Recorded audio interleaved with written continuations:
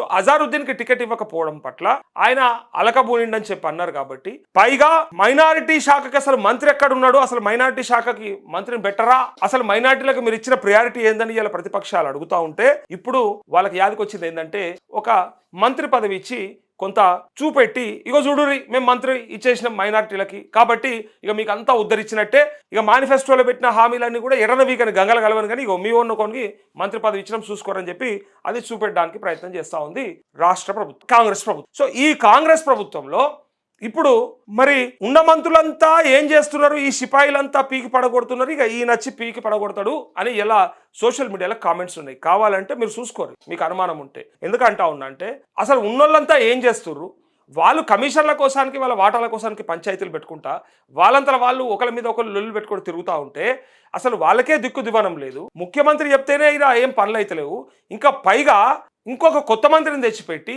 ఆ మంత్రితో మీరు ఏం చేస్తారు, మరి మన కంటోన్మెంట్లో కూడా ఒక 1000 కోట్లతోని అభివృద్ధి చేస్తామని చెప్తారు. లాస్యనందిత చనిపోతే, ఎమ్మెల్యే లాస్యనందిత చనిపోతే ఆమె ప్లేస్లో వాళ్ళ చెల్లెని పెడితే ఆనాడు కంటోన్మెంట్ నుంచి శ్రీ గణేష్ని మీరు పెట్టి గెలిపించుకున్నాం అన్నాడు. ఏం చెప్పారు మంత్రులంతా పోయి 1000 కోట్లతో కంటోన్మెంట్ నియోజకవర్గ అభివృద్ధి జరుగుతుంది అని అన్నారు. నేను కంటోన్మెంట్ నియోజకవర్గంలోనే ఉంటా, నా ఇల్లు అక్కడనే ఆ ఏరియాలోనే, అది దగ్గరలో. సో కంటోన్మెంట్ నియోజకవర్గం ఏరియాలో ఉన్న ఆ ప్రజలను అడిగితే ఇలా చెప్తారు, ఎక్కడ ఉన్నది అభివృద్ధి, ఏం చేసిరు చెప్పండి అని అడుగుతారు. 1000 కోట్లతోని మొత్తం అభివృద్ధి చేస్తామని చెప్పారు. ఎక్కడ పోయినాయా 1000 కోట్లు, వచ్చినాయా, కనపడుతున్నాయా, కనపడు. అందుకే ఇలా వీళ్ళు చెప్పే మాటలన్నీ కూడా నమ్ముతారా, మరి మైనారిటీలు కూడా నమ్ముతారా అనేది ఒకసారి చూడాలి.